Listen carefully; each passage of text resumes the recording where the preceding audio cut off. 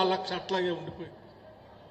₹1,00,000 కూడా రుణమాఫీ చేయలేనటువంటి మీరు మేము రాగానే ₹2,00,000 రుణమాఫీ కేవలం 3 నెలల్లో రైతుల అకౌంట్లో వేయటం అన్యాయమా?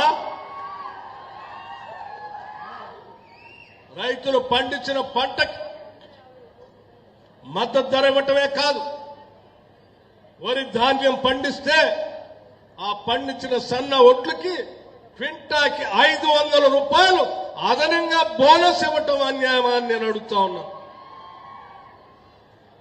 ఈ రాష్ట్రంలో ఉన్న 29 లక్షల మంది వ్యవసాయ పంప్ సెట్లకి ఉచితంగా కరెంటునిస్తూ ఒక్క నిమిషం కూడా కరెంటు కట్టు కాకుండా కరెంటు ఇవ్వటం పొరపాట? రైతులందరికీ ఇన్సూరెన్స్ చేయటం పొరపాట? రైతుల కోసం నిత్యం ఆలోచన చేస్తూ వాళ్ళు ఏది కోరితే అది చేయడానికి రాష్ట్ర ప్రభుత్వం సిద్ధంగా ఉందని చెప్పి దాదాపు 70,000 కోట్ల రూపాయల్ని కేవలం ఈ సంవత్సరాల కాలంలో రైతాంగ సోదరుల కోసం ఈ రాష్ట్ర ప్రభుత్వం ఖర్చు పెట్టింది. ఇది నేరుగా రాష్ట్ర ప్రభుత్వ బ్యాంక్ అకౌంట్ నుంచి వారి అకౌంట్లోకి వెళ్ళింది. ఇది తప్ప? ఆయన ఇంకో మాట మాట్లాడతాడు.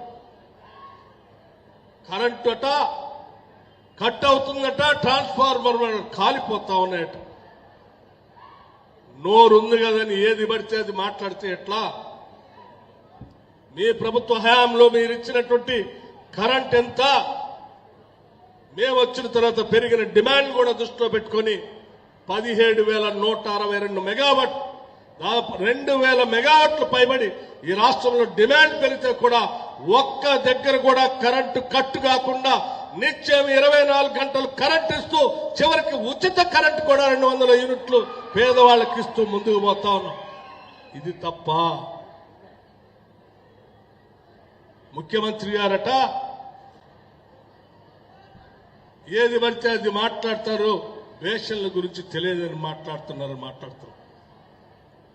ఏం ముఖ్యమంత్రి గారు చాలా స్పష్టంగా అడిగారు, ఏ బేషన్ల గురించి ఆయనకు తెలియకపోతే కృష్ణా బేసిన్లో ఉన్నటువంటి నీళ్లని లేకపోతే గోదావరి బేసిన్లో ఉన్న నీళ్లని ఈ రాష్ట్రం కోసం, ఈ రాష్ట్ర అవసరాల కోసం వాడుకోవాలని చెప్పి లెక్కలతో సహా మొన్ననే కదా ప్రజాభవన్లో పెట్టి ప్రజెంటేషన్ ఇచ్చి మీ ద్వారా జరిగిన నష్టాన్ని, బేషలు లేవు, బేషజాలు లేవు, తెలంగాణ రాష్ట్రం ఏమైపోయినా పర్వాలేదు, గోదావరి నీళ్లు కానీ కృష్ణా నీళ్లు కానీ మీ ఇష్టం వచ్చినట్టు వాడుకోండి అని చెప్పి ఆంధ్రాలో పోయి చెప్పొచ్చిన పెద్ద మనిషి కేసీఆర్ గారి మాటలు సైతం వీడియో ద్వారా చూపించి మీ వాస్తవాల్ని బయట పెట్టారని ఆందోళనతో ఇవాళ ముఖ్యమంత్రి గారికి బేషన్ల గురించి తెలియదని చెప్తున్నాం.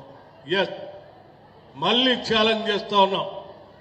కృష్ణా నది బేసిన్ గురించి కానీ, గోదావరి నది బేసిన్ గురించి కానీ, లేకపోతే కృష్ణా నదిలో ఉన్న నీళ్ల గురించి కానీ, ప్రాజెక్టుల గురించి కానీ, గోదావరిలో ఉన్నటువంటి నీళ్ల గురించి కానీ, బేసిన్ల గురించి కానీ స్వచ్ఛంగా స్పష్టంగా చర్చించడానికి రాష్ట్ర ప్రజలకి వాస్తవాలు తెలియజెప్పడానికి ముఖ్యమంత్రి రేవంత్ రెడ్డి గారి నాయకత్వంలో కాంగ్రెస్ ప్రభుత్వం, ఇందిరమ్మ ప్రభుత్వం ఎప్పుడంటే అప్పుడు శాసనసభలో చూపించి చెప్పి చర్చించడానికి సిద్ధంగా ఉంది. ముఖ్యమంత్రి గారు చెప్పిన మాట నేను మరొకసారి చెప్తా ఉన్నా.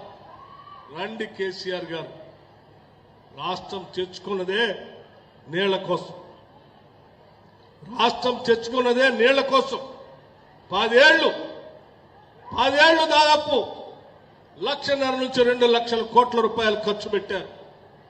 పట్టుమని 10 ఎకరాలకు కూడా నీళ్ళు మీరు, పట్టుమని 10 ఎకరాలకు కూడా నీళ్ళు తెచ్చిన డబ్బులన్నీ ఏమైపోయినాయో మీరు చూశారు.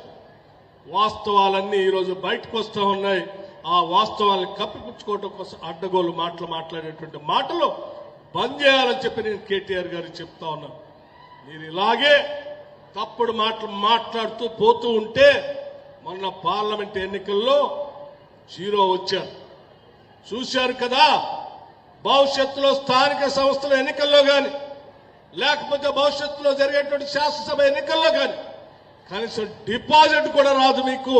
ఈ ప్రభుత్వం చేస్తున్నటువంటి సంక్షేమ కార్యక్రమాలు వాళ్ళ ప్రతి పౌరుడికి ప్రతి కుటుంబానికి చేరేటువంటి కార్యక్రమాలు చేస్తా ఉన్నామని మీ ద్వారా రాష్ట్ర ప్రజలందరికీ తెలియజెప్తూ అనవసరంగా మీకు మీరు ఎక్కువగా ఊహించుకొని ముఖ్యమంత్రి పైన అవాకులు చవాకులు పేలవద్దని చెప్పి కూడా ఈ సందర్భంగా చెప్తూ మిత్రుడు మరి స్థానిక శాసనసభ్యులు మురళీ నాయక్ గారు అట్లాగే వేం నరేందర్ రెడ్డి గారు ఇద్దరు కూడా ఈ ప్రాంత అభివృద్ధి కోసం ఈ గ్రామాల అభివృద్ధి కోసం కొన్ని ప్రత్యేకమైనటువంటి కార్యక్రమాలు అడిగారు.